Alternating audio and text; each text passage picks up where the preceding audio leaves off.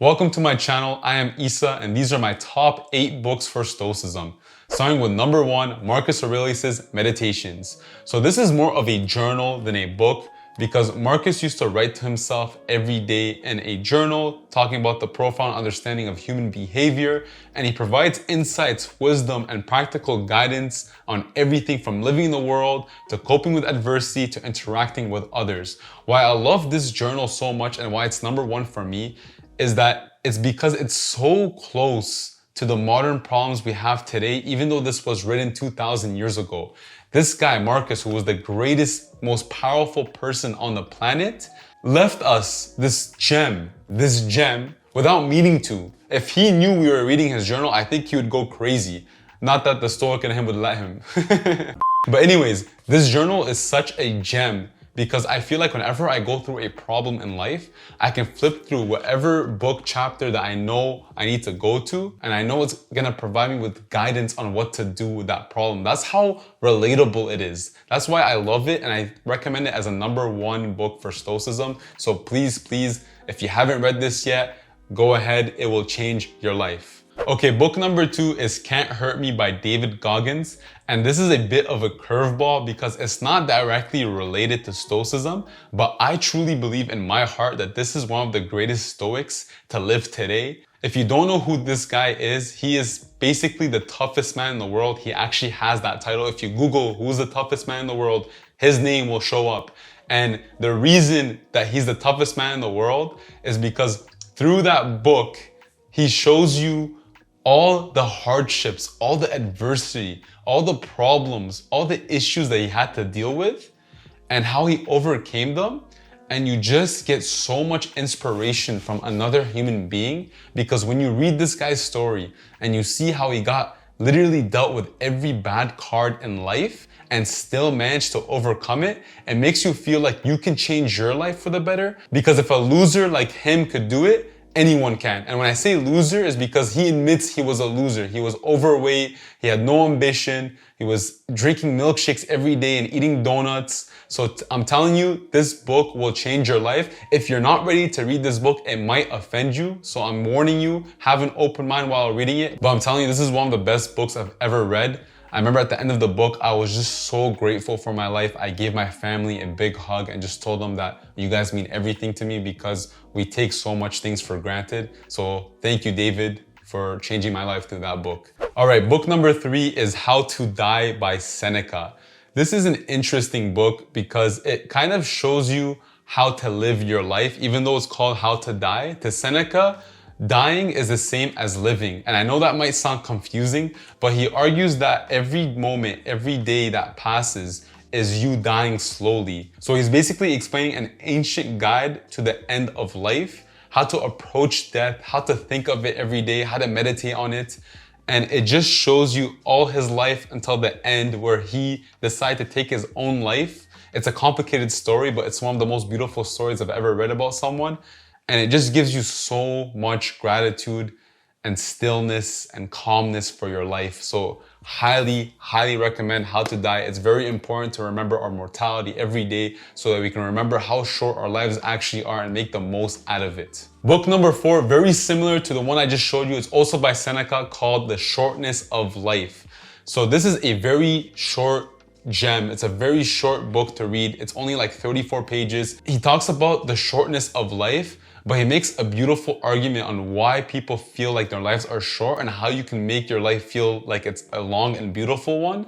And it's just such a good book to put yourself in a different perspective.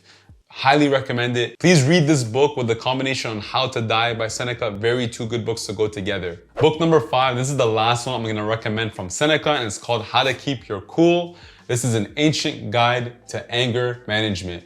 This book taught me how important it is to manage our anger and emotions, and it literally makes an argument for why anger is the worst emotion and how it caused the biggest wars and death and, nothing good comes out of anger. It really shows you how to, manage your anger, which is way easier said than done, but last book from Seneca, you have to read it. Very short and sweet book. I think it's only 100 pages, so go ahead. All right, last 3 books. This is all from the same author. And you might have guessed it, yes, it is Ryan Holiday. So I'm gonna recommend these 3 books, which is called The Obstacle is the Way, Ego is the Enemy, and Stillness is the Key. I only have 2 of those books right now, Obstacle is the Way and Stillness is the Key, because I lent Ego is the Enemy to a friend who really wanted to read it. So start with this one, Obstacle is the Way. This is the first book you should read. It teaches you the importance of adversity and how crucial it is to actually seek obstacles,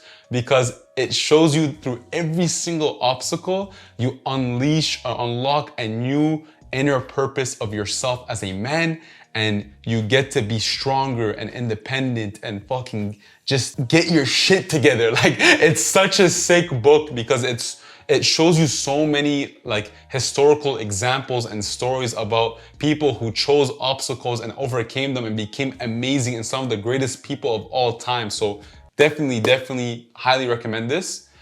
The second book is Ego is the Enemy. This really made me unlearn certain things that I thought was right about myself, and it really puts you in check. And you need to be in a certain open-mindedness to be able to read this book, because it's gonna challenge your thinking. It's gonna call you out on all your bullshit. So be ready to fucking face yourself eye to eye in the mirror and accept your insecurities and truth, because this book will expose you as it exposed me. And if you're willing to accept it and actually learn a new perspective behind ego, you will actually be able to transcend as a person. You'll be able to go super sane. I don't know, whatever you want to say. You'll be able to grow and flourish as a person, okay?